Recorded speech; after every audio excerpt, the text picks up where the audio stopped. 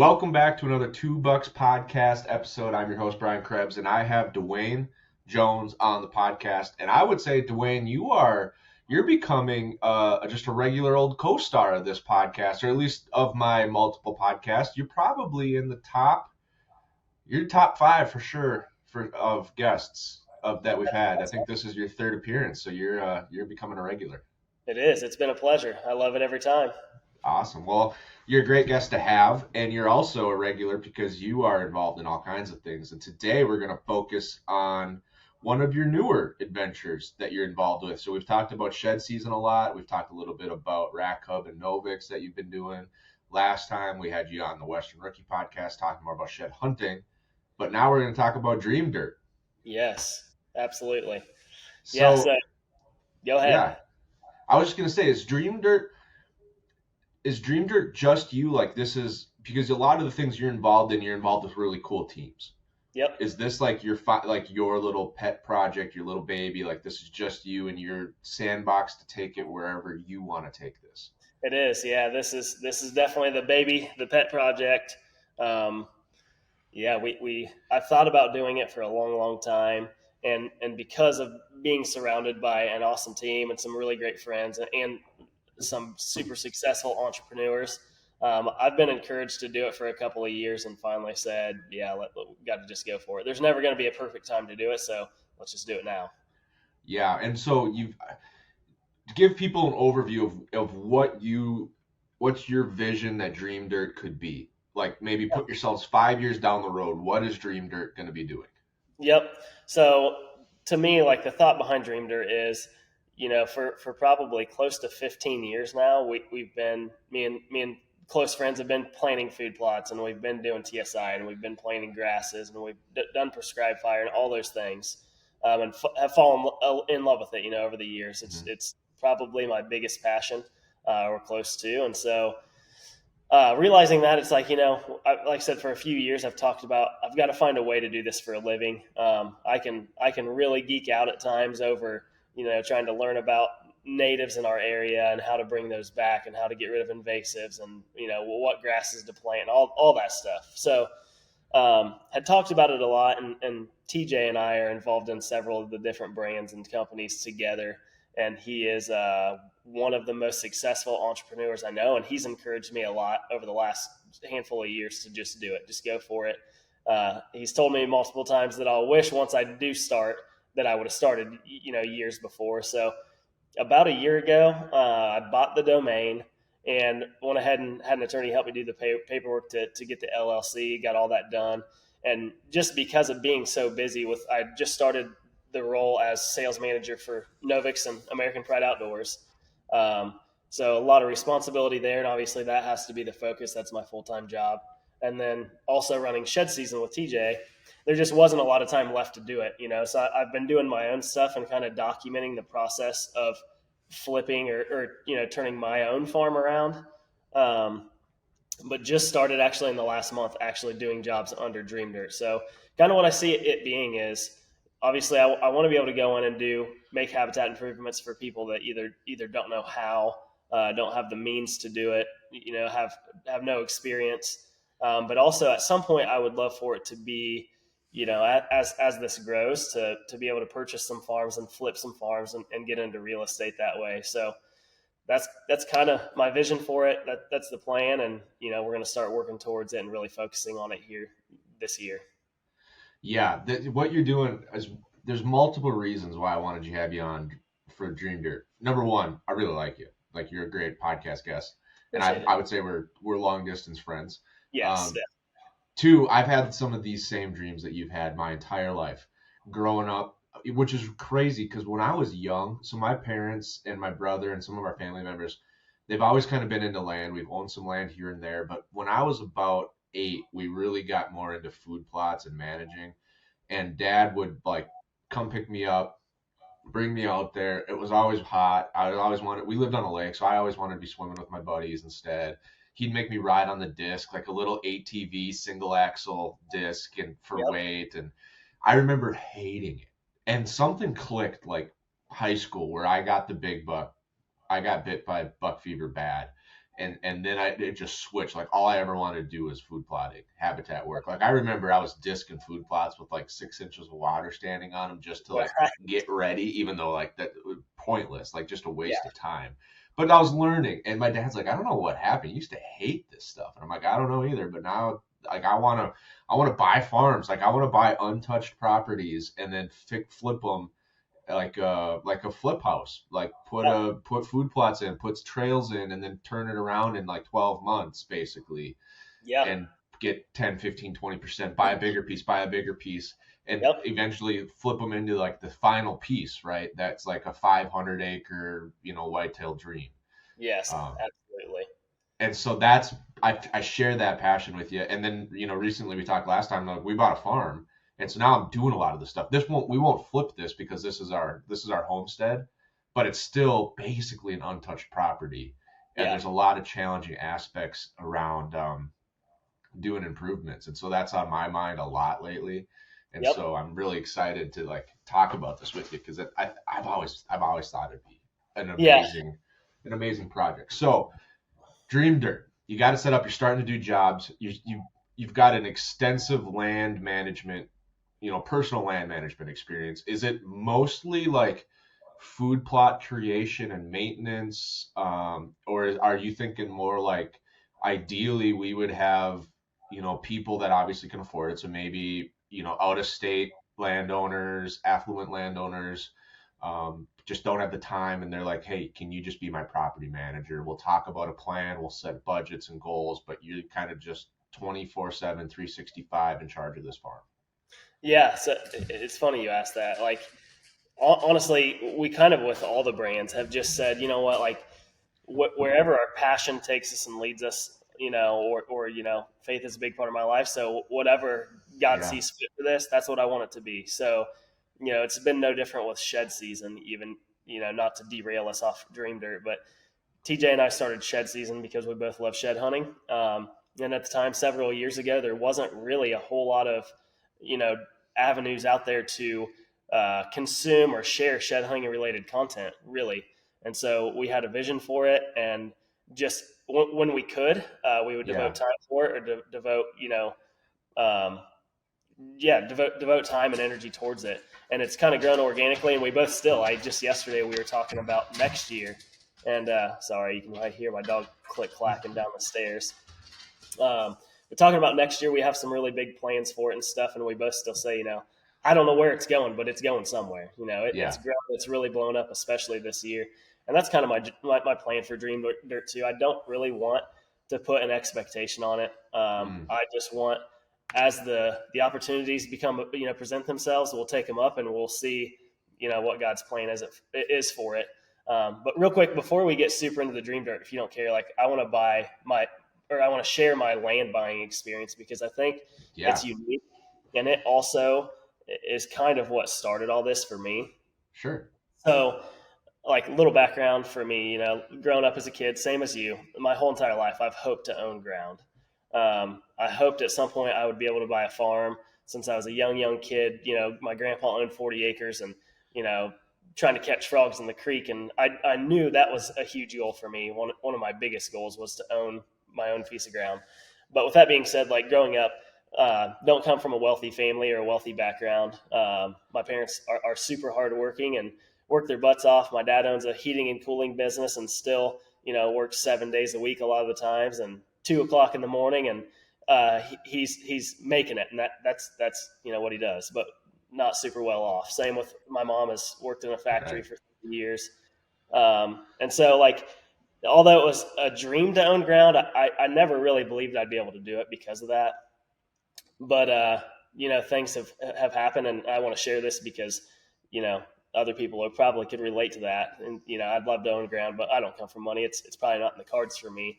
But if you want it bad enough, it can be. So we had moved to the Carolinas for 3 years. Work took me there. I was the sales manager over waterworks company in North and South Carolina, Okay. and the 3 years I lived there were really tough. I got into where I was in a pretty bad place, honestly, like super homesick. My dad's been my best friend my whole life, and all of a sudden, I wake up one day and realize he's 12 hours away.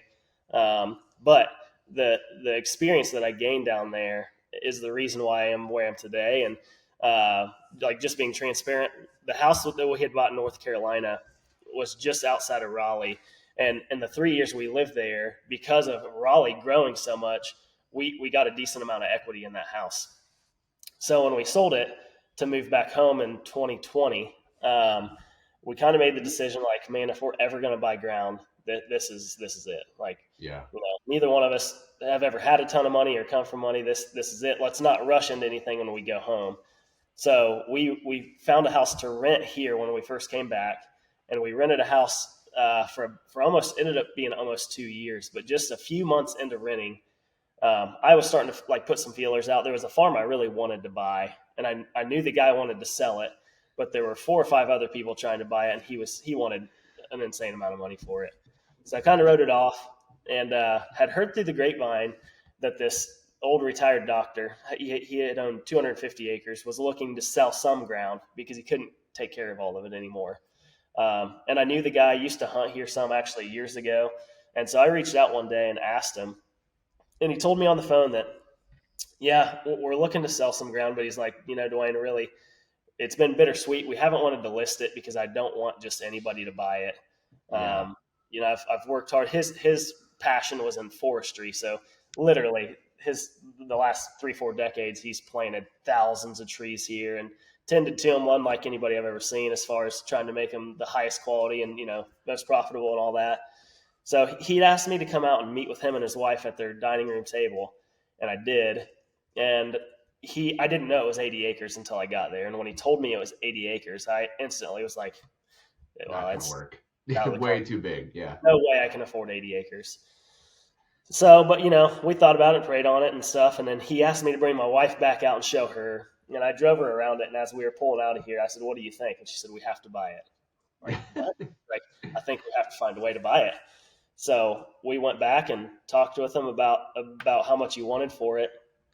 And when he threw the number out, like I realized like it was a possibility. It was going to be uncomfortable, still a big number, but doable. And so the unique part about it is we ended up we typed out a purchase agreement. He had me put 10% down, which at that time, another funny part of this, and like to me sharing my faith, the amount that he wanted down was the exact dollar amount I had in our account at that time. Like, he wanted 10% down, and that 10% was exactly what we had. And like so, in your equity account from your house in the Carolinas.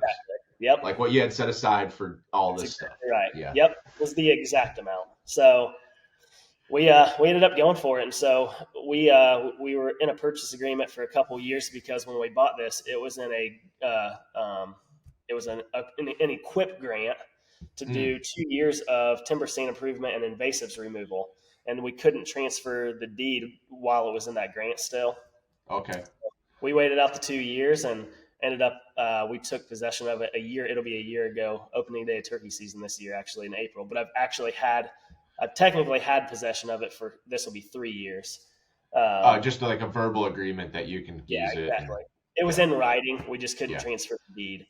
Yeah. So I say all that just to say, like, man, I always wanted to own ground, never really thought I would, but like say, if you want it bad enough, you can make it happen. And there's unique ways to make it happen. We worked with a local bank here when we ended up actually getting the loan, and we incorporated the farm into the loan to build our house here. So we built a pole barn house on it. And so like that leading into Dream Dirt, as soon as we bought this and closed, we had to have a survey done before we could get the loan to see what the property's worth. And one of my best friends was an appraiser, and he told me he appraised it. He could have put more on it than he did, And we instantly, when we closed, had a lot of equity in it.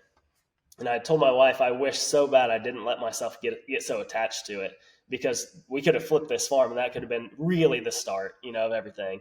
But having done it, I know it's possible. You know what I mean? Like, right.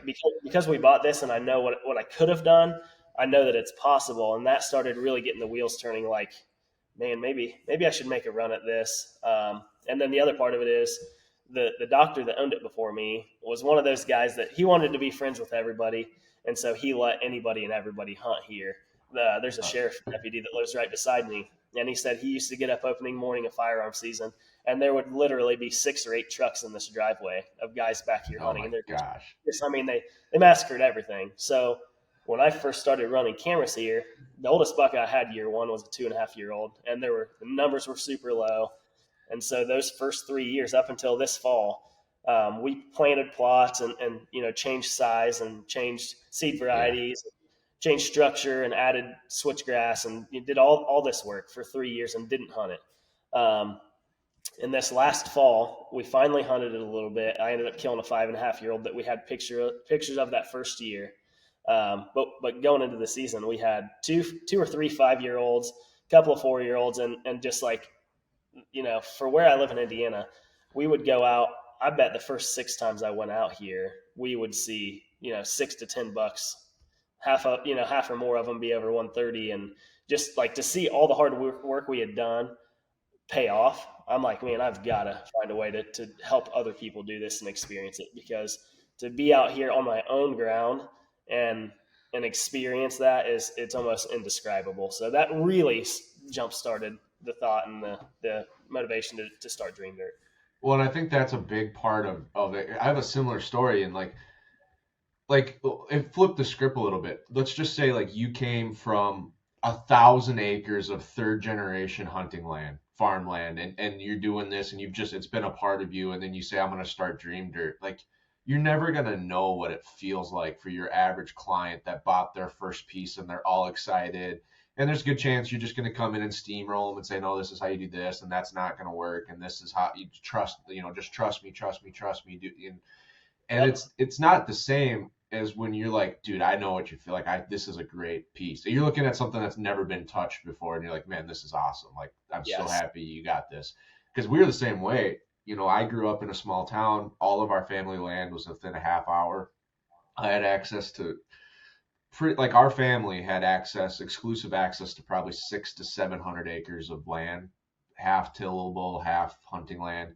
I mean, just a phenomenal amount, right? Like, half hour away, I got to do all the dirt work I wanted to. Dad had a little track, like a little 1 series John Deere, like a lawnmower with a PTO basically, and a Yeah. Ranger, and we did everything with those two things. Eventually, we bought a corn planter, and we started getting some stuff. Um, but then I moved to Fargo for college and my first job. And if anyone's from the Red River Valley, like, you can't just go buy a 40. There is no 40s. And if there is a 40 within driving distance of work, it's going to be way out of your price range, 10, 15,000 an acre, right? Yep. And like, yeah, the bigger pieces are lower, 6 to 10,000, but you're looking at 100 acres or, 640s, and it's just not feasible to Yeah. buy hunting land. And so I'm like, well, I don't know what I was just froze. I don't know. I guess I'm a public land hunter now. Yep. Then my wife and I got engaged. She got a residency down in the Twin Cities.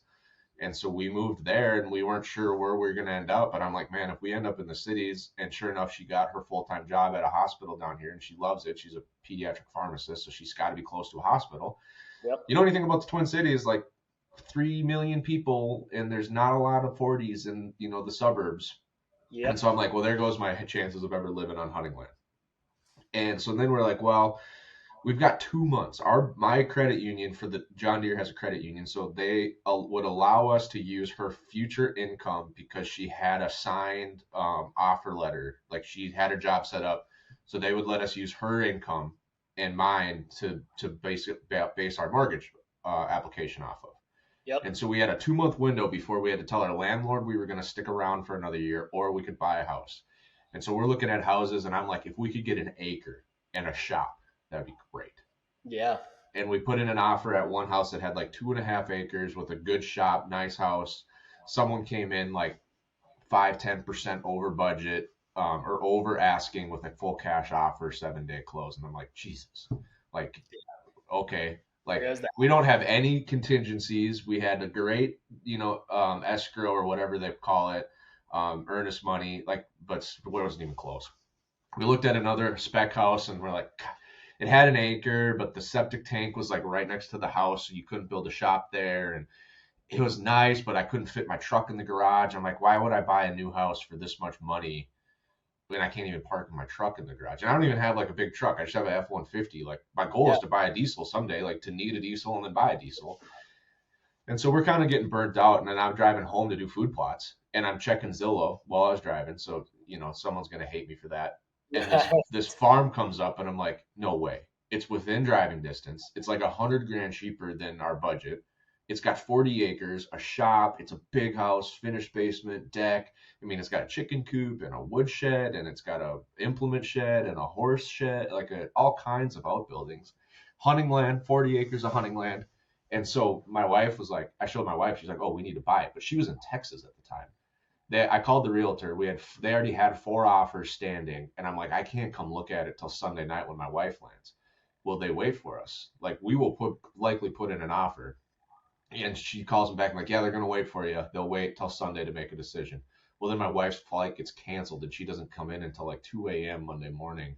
Oh my And God. so I'm talking to my realtor. I'm like, will they wait till tomorrow? Like, we can come first thing. Like, I'll take the day off work. Like, we'll get there. And so the realtor told them, yeah, his wife's flying in from Texas to come look at this house. And they're like, oh my gosh, like they're really interested. Okay, we'll wait one more day. Yeah. They thought we lived in Texas. Yeah. And so we looked at it, and we put in an offer, and we had to do like, we're like, they're so undervalued for that much land within driving distance of the metro. We're like, there's 4 offers. We need to win, but how do you know what to offer? Yep. And so we did an escalation clause. We won. I mean, it just worked out. Like you said, we had a little bit left over to close. It was a little more painful than we were hoping for. Like closing costs, they're like, our realtor was off a little bit. She's like, oh, it should be like this much. And it was almost double. And we're like, God. Yep. We made it through just fine. We got a great rate for the timing. But yeah, just like you said, like literally so many random pieces fell together. Selling that house in Fargo and keeping that equity in a separate account for 2 years. We rented. You know what I mean? Like, and to finally, like, I'm sure you know what it's like to wake up, walk downstairs, put your hunting clothes on, and be in your stand in 5 minutes. It's tough to describe. Something it's amazing. Oh, dude, it's unreal. I mean, I just got 2 days ago, I got a picture of a 3-year-old 10-pointer in my backyard. Yeah. I have a food plot and a hay stack in my backyard. My wife shot her first deer with a bow here. It died. Like, we were together. She shot a buck with her bow. It literally died on our trail. So I drove my tractor. I bought a tractor, like lifetime gold there, the little 3 Series, 32 horse, like good, perfect food plot tractor. Drove it right up to the deer, put them in the bucket, drove them to the shed, hung them up in my own shed. Like all these things that I've been waiting my entire life for.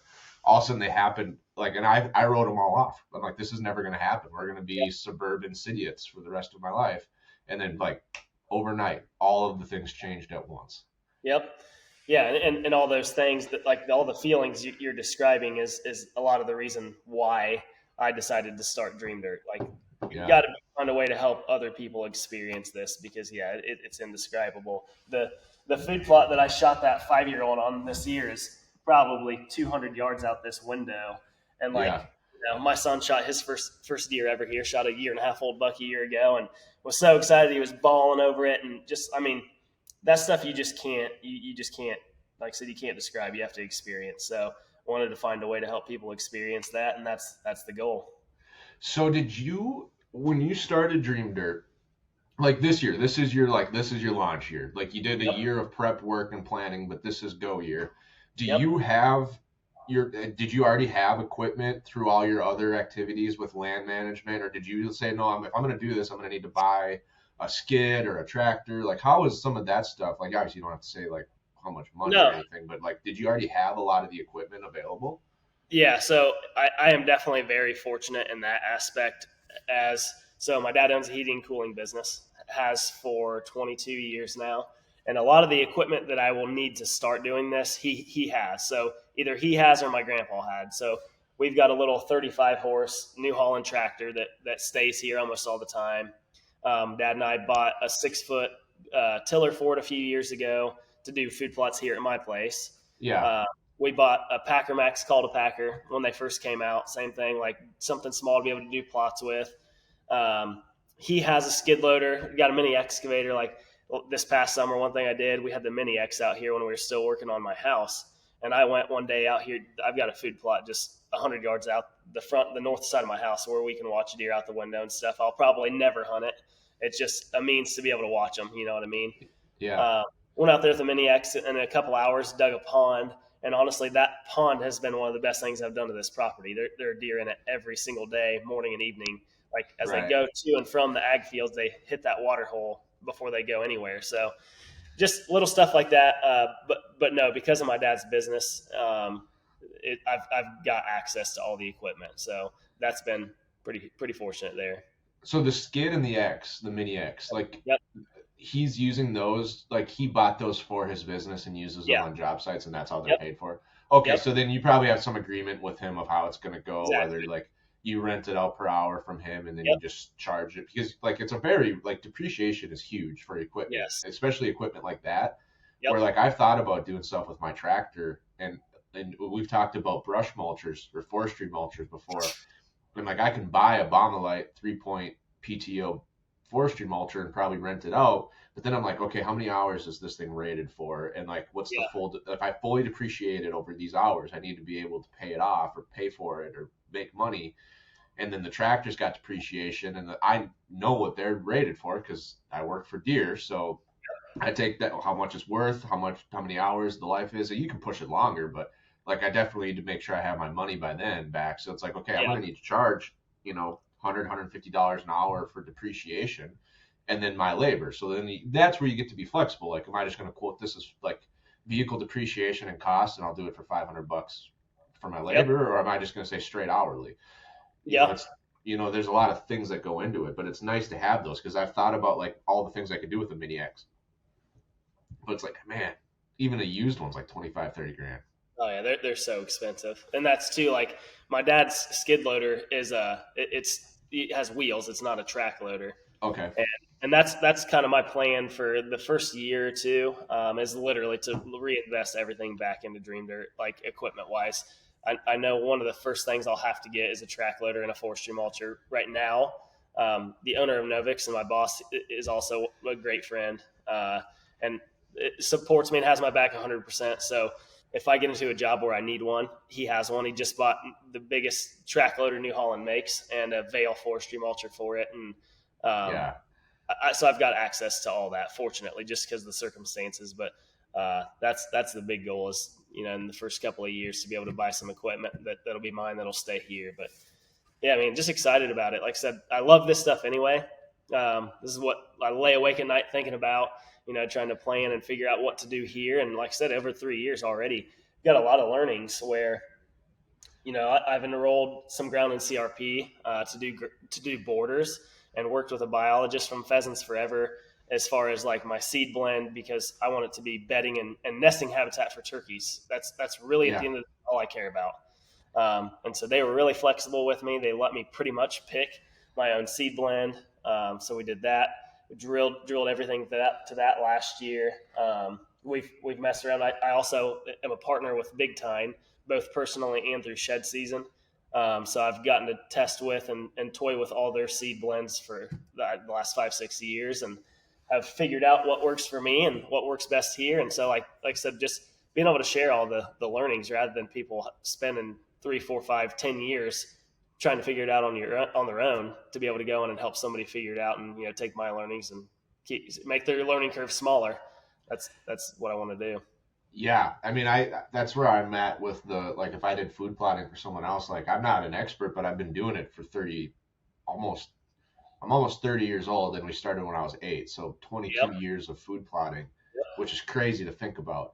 And so we've seen a lot of things that don't work. We've seen a lot of things that do work. Like, what works really well? Broadcast corn and then lightly till it.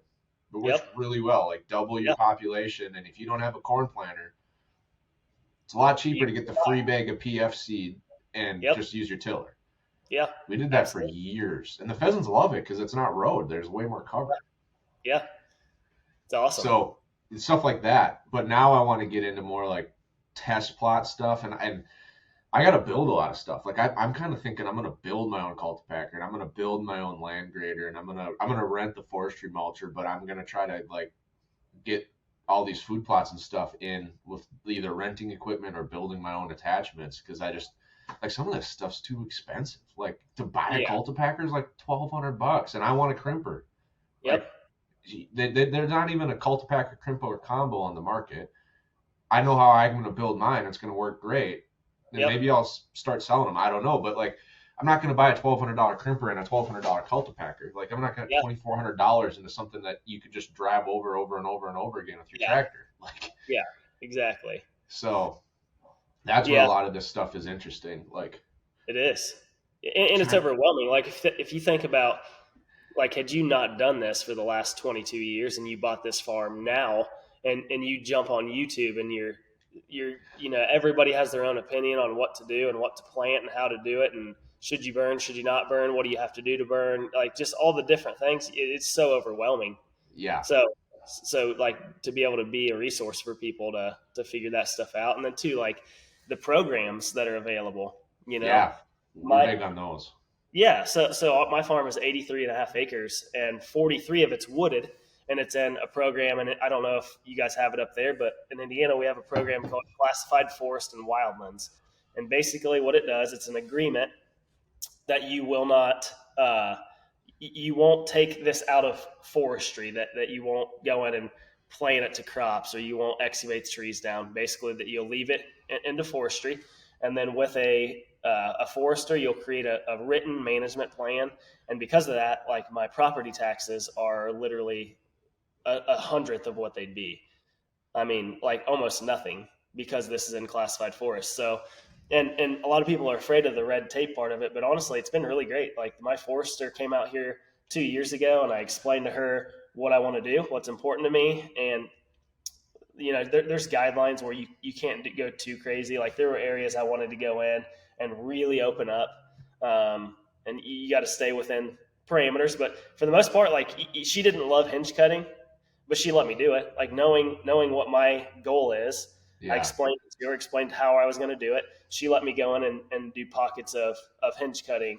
I wanted to edge feather around my food plot, which is hundreds of yards, where we wanted to fell trees out into the edge and then plant the CRP to where, rather than being a hard line, you have that yeah. gradual. She let me do all that. And then the cool thing is, for a lot of that stuff, there's funding. So if I want to do some of this stuff, I can hire Dream Dirt to do it and get reimbursed for it. So there's a lot of stuff that people wouldn't know about.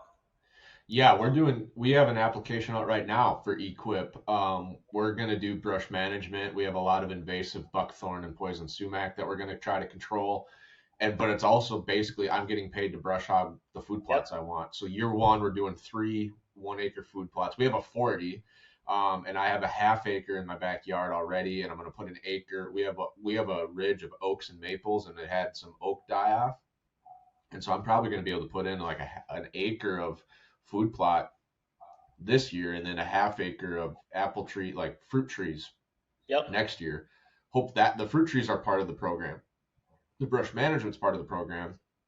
We're going to do a pollinator planting in one of our front pastures, like you did, a CP25 pollinator mix. Yep. Pheasants. We're working with Pheasants Forever and a bunch of different people to get the right flowers. My wife just wants wildflowers Yeah. down our driveway, basically. And Yep. so we're gonna be doing, and all these things are hopefully going to get approved and paid for. Like the brush management could be like $500-600 an acre. Yeah. And we got a 10-acre plan over 3 years. The first year we're just doing 1 acre food plots, and then 2 and 3 year we're going to do like a 3 acre chunk, and eventually make that into like better natives and bedding area. But it's all like shrub swamp, all that stuff. So I'm very Yeah. interested if we could qualify for that forestry program.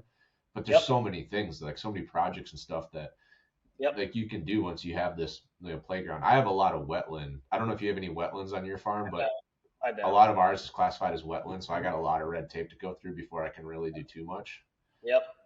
which is a bummer. But yeah, so this your first year, you started doing projects for other people now. Yep.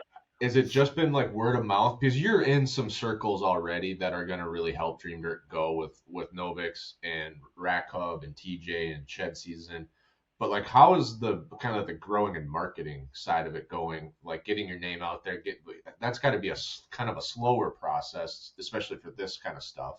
Yeah, it has been slower for me too, and part of it is too, I just don't want to spend the money up front. Like, to be honest, like I didn't want to spend a few grand on starting a website and all that, so I've allowed it to just be like I changed my Instagram handle to Dream Dirt, and have shot some photos and videos and talked about it a little bit. But so far, everything I've done work wise has just been word of mouth. Done some work up in the northern part of our state, like within the Amish community, that came from the factory that manufactures some of our tree stands. Okay. Um, a conversation came up one day about wanting to do some habitat stuff there with one of the head guys, and they pitched my name to him. And so, went and did a consultation for him a couple of weeks ago, and was actually typing up the plan when you and I started this. So there was that, and then I got to go do a job in Tennessee. Actually, was down there Monday, Tuesday. I went about a month ago, wrote up a plan, and then went back and helped do a big controlled burn Tuesday, and started planting plots. And just, I mean, I don't know. It's awesome, man. I absolutely love it. It's not work at all for me. No, man, I would love, like, I ride a desk for a living, and it's great. Like, great job, great benefits. I like what I do, and I'm connected to ag, which is really fun. But if I was waking up every day and putting on a pair of boots and Carhartts, and I've got my pickup with the tractor already loaded, and I'm on the road doing work, living in a cab, like, Yep. that would be amazing. And especially if it's white, like farming, to me it would be fun for a while, but I get it, like it gets pretty monotonous and it's Yeah. long days, hard. Like food plotting, it's like that's hunting. You know what I mean? Yeah, absolutely. It So I is. would love that. I would, but by the way, on your website, you reached over that real fast. We can get you a website for $172 a year, man. Like I've built two of them now. Like Sweet. that's how much it costs to just have a Squarespace site. Yeah. Need to And do that then, for sure. we can work on it together, man. I'll help you get it all set up. Awesome. That'd be great. Yeah, it's easy. It's really easy to get to. We can show you how to do it, but it's cheap too, like Yeah, sweet. $172 a year Yeah. for the basic. And there might be even cheaper ones. I just use Shopify and Squarespace. I think for you, Squarespace will be better. Shopify is really meant for websites that sell products. It's not as much like Yeah. creatives where you can set up Service. pages and Yep. yeah, photo galleries and all these things. Yep. But yeah, no, it's pretty cheap. So we'll get you going on that and save you That sounds thousands awesome. of dollars. Appreciate it. Yeah. Yeah. No, yeah, that's great. So one of the things that I've always wanted to do, and it's curious because you kind of have that ability. So I thought like when I was young, I was, naively optimistic. Now I'm just optimistic. Yeah. And so I'm like, oh, I'm going to start this land management company and I'm going to be like, my goal is to like just manage farms, right?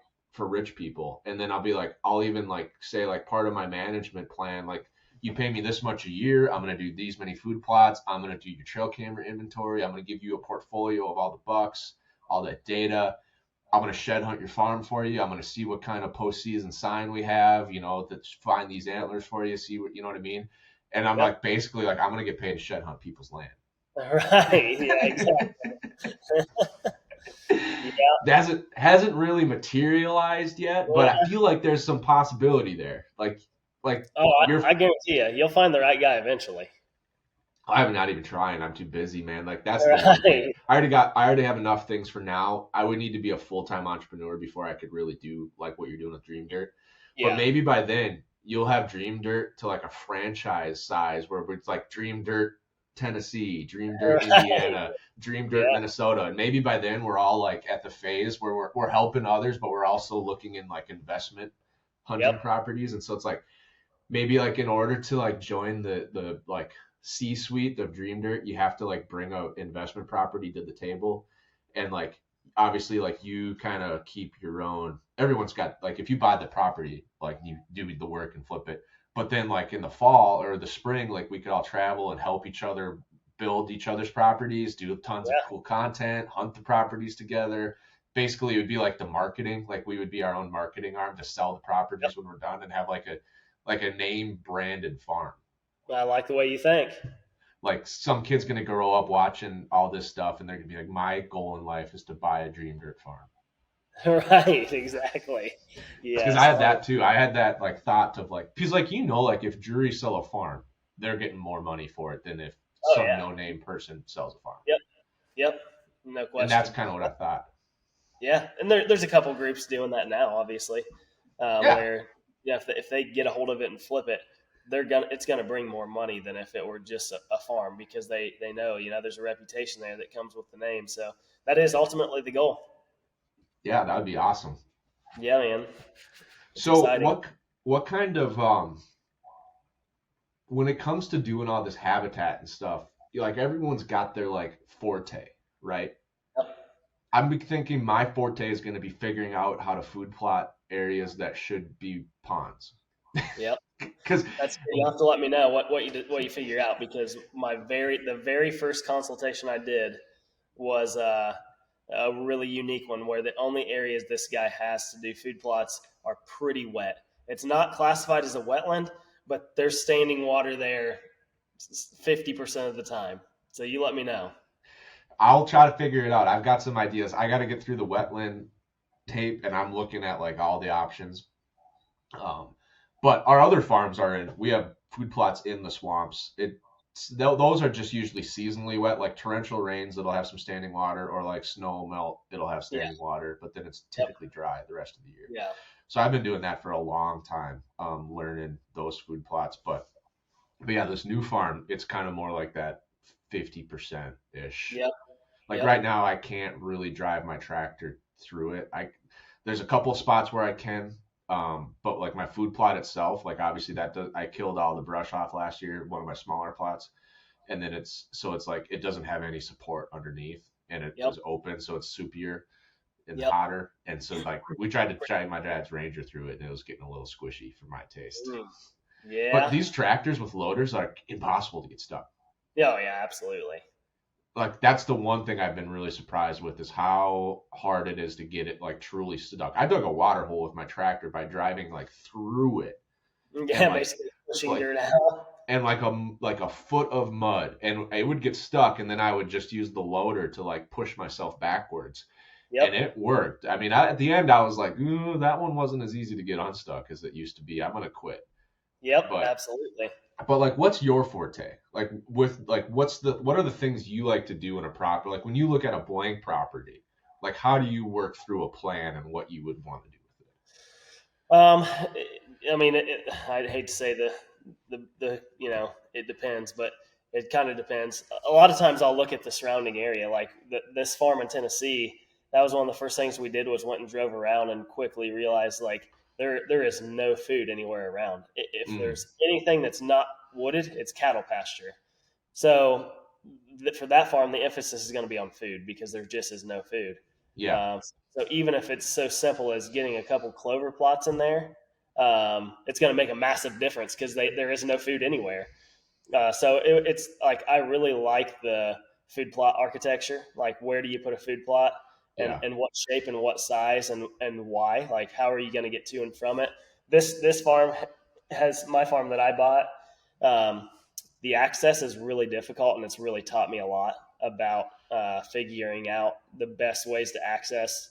You might the best spot for a food plot may be the absolute worst spot to put a food plot because you're going to jump deer every single time you go to it, yeah, and you do more harm than good.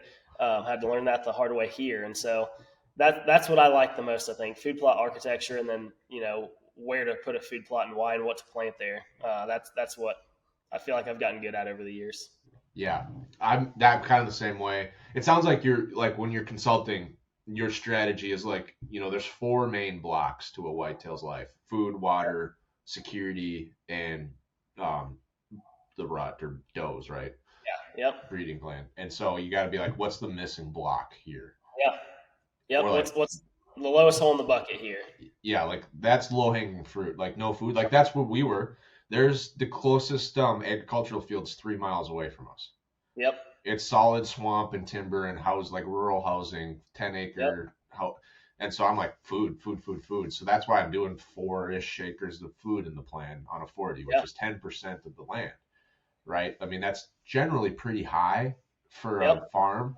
But I'm also like I want to find sheds, like and the Yeah. secret to finding sheds is winter food, and Yep. so I want to be heavy on the food, and Yep. so that's kind of my strategy, and I like the food plot architecture. I've been doing so I have two plots that are like they're just one's gonna be square, one is like a pasture, so it's kind of squarish. But the thing about them is they both are on the edges of our home, Yep. like our yard. So one of them, like a northwest wind's gonna blow right back straight to our house.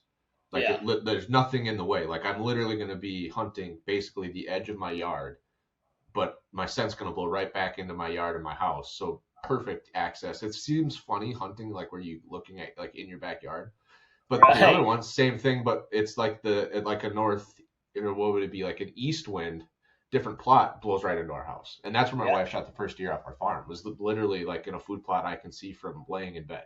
Yep. And so those Awesome. two are like interesting, right? From that aspect of like perfect scent control on these Yep. two different wind types.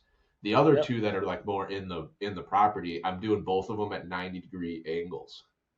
So they're basically going to be like a 30 by 100 yard food plot in like a V. So Yep. each side's like 100 yards long with like coming in, and then I'm going to put my stand in the bottom of the V or in the right angles for a bow shot. So as those deer come in, hopefully they start working around either side, depending on which side they come in. And then I get that bow shot and perfect gunshots down the sides. And then you get like that good wind, like you could hunt those stands basically 180-degree winds, Absolutely.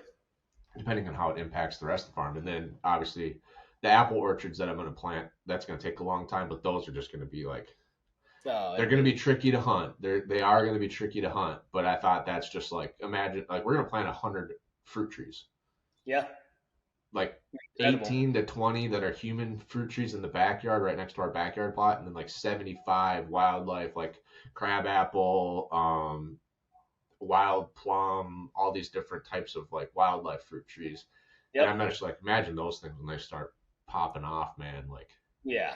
I got And acorns, I got like 3 layers of food. I got acorns, apple trees, and then the bed is going to be like a clover perennial yep. food starts. Like Yeah. I'm excited about that. Yeah, you'll have it covered. It'll be awesome, especially like you say, because there's no ag fields for 3 miles. Like, imagine the drawing power of having all that there.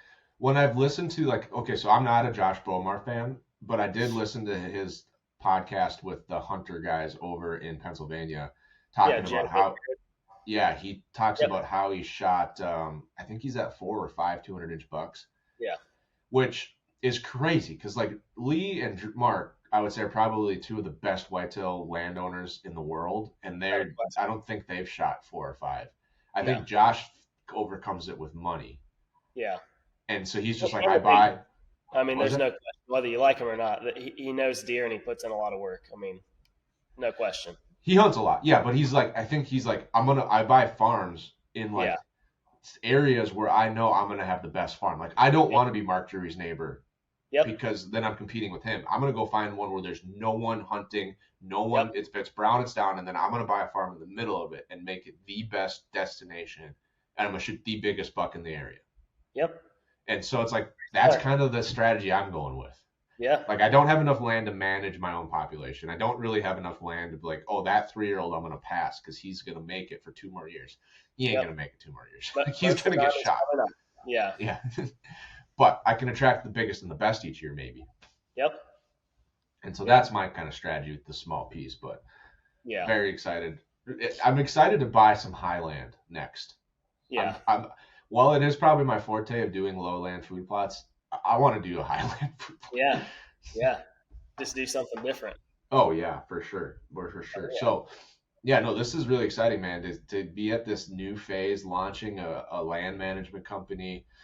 I've always wanted to do that. I haven't done any of the prescribed burnings, and I'm just starting to really get into like TSI, and it's just because some of our oaks are dead, and I'm just getting them Yeah. out of there so I can open it up. So very interesting to see what you do with that and kind of how this grows. Do you have any plans for like marketing material on the farms that you're doing, like doing before and afters, drone Yeah. videos, bringing camera gear out with you while you're doing it?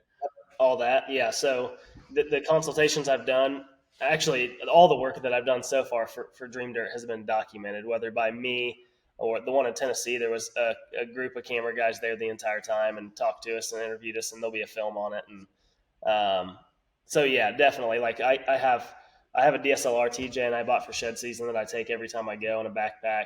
My dad and I bought a drone for here. And so, yeah, do a lot of before and afters, definitely. And then just try to do a lot of high quality stills and stuff like that. Do reels. It's another thing. Like I haven't been intentional enough about the reels as far as like tips and stuff. TJ gets on me all the time. he and I will be out doing something, and he'll ask me why I'm doing something a certain way or why I'm doing it, period, and I'll tell him.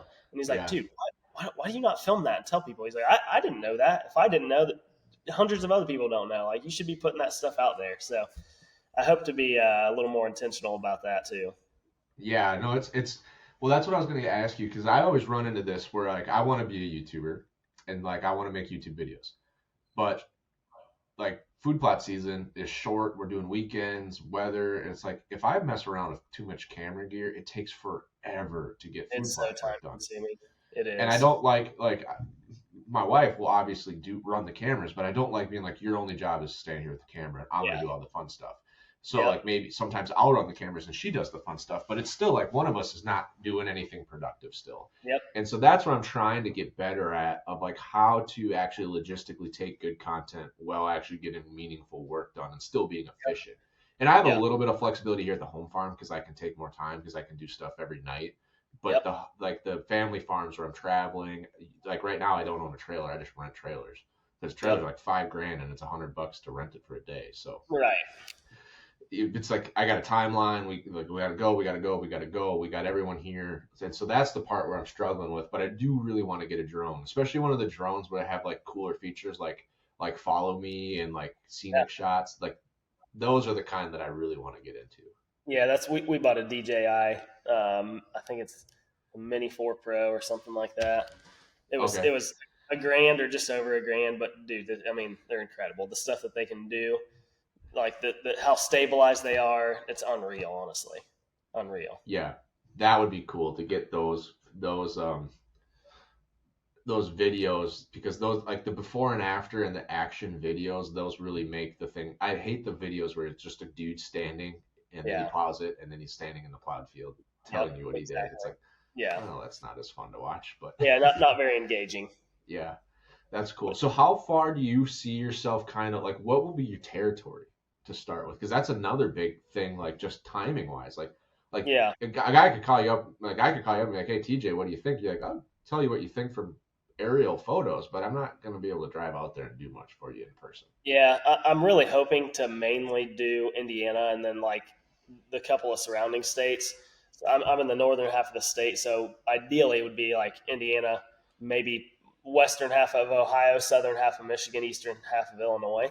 Yeah, Uh, but we'll see. Like the Tennessee one was a unique opportunity. There was no chance I was passing up. They had all the equipment down there. Really, for the most part, too, it was just going down and helping, doing everything, and kind of laying out what we're going to put where.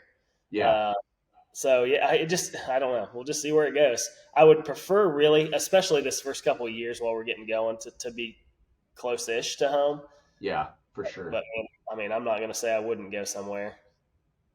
Yeah, I've always thought like different ways to get into it of being like getting connected real close with whitetail property real estate agents and working Yeah. with them because when they sell a property to like a new property owner, they're like, okay, now what do I do? Like, you Yep. told me this was a good piece and something that I could like maybe like get equity and turn into a really nice piece, but it's my first time. What do I do? And they're like, oh, just call Dwayne. Like, Yeah. the easiest answer Yeah. is call Dream Dirt. I have a couple of really good buddies that work for Mossy Oak Properties here in Indiana, and that's Oh, that's so part of the goal too, is to let them know basically, hey, it's go time from now on, because they've told me too. They 9 times out of 10 when they sell a property, the first questions they get is, where should I put a tree stand, or where should I put food plots, or can you help me? And they're like, they don't have the time to do it. no. Uh, so there's a lot of opportunity out there for sure. That's a good idea.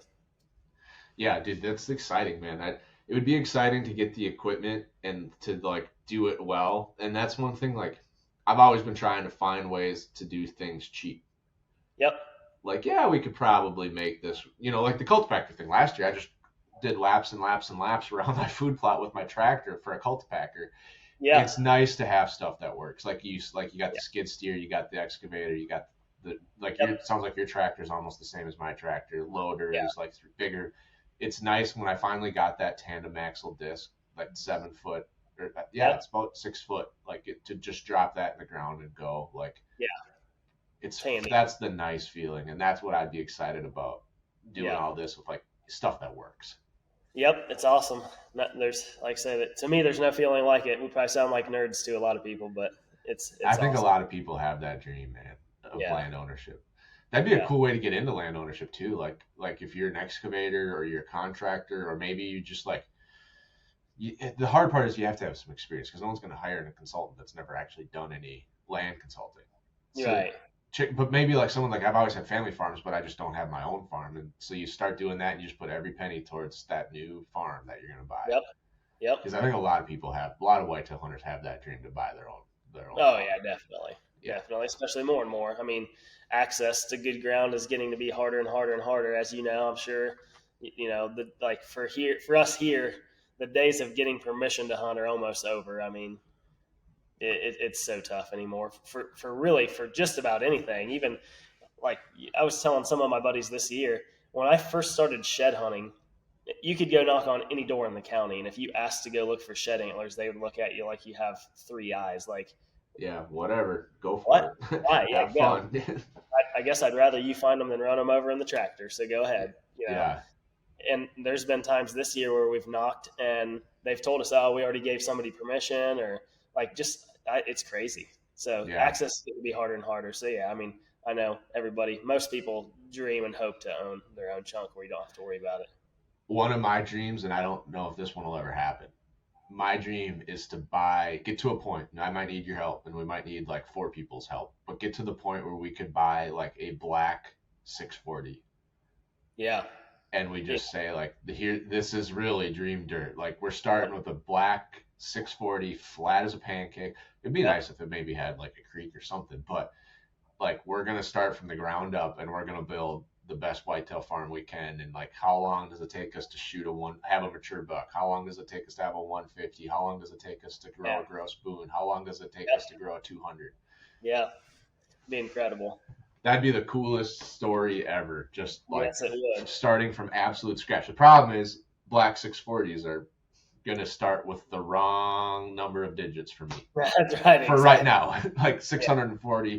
Oh man. I mean, 5,000 an acre probably, like in good ground, and 10,000, 15. I think someone just set a record. Northwest Iowa, 26,000 an acre just sold. It's getting crazy around here too.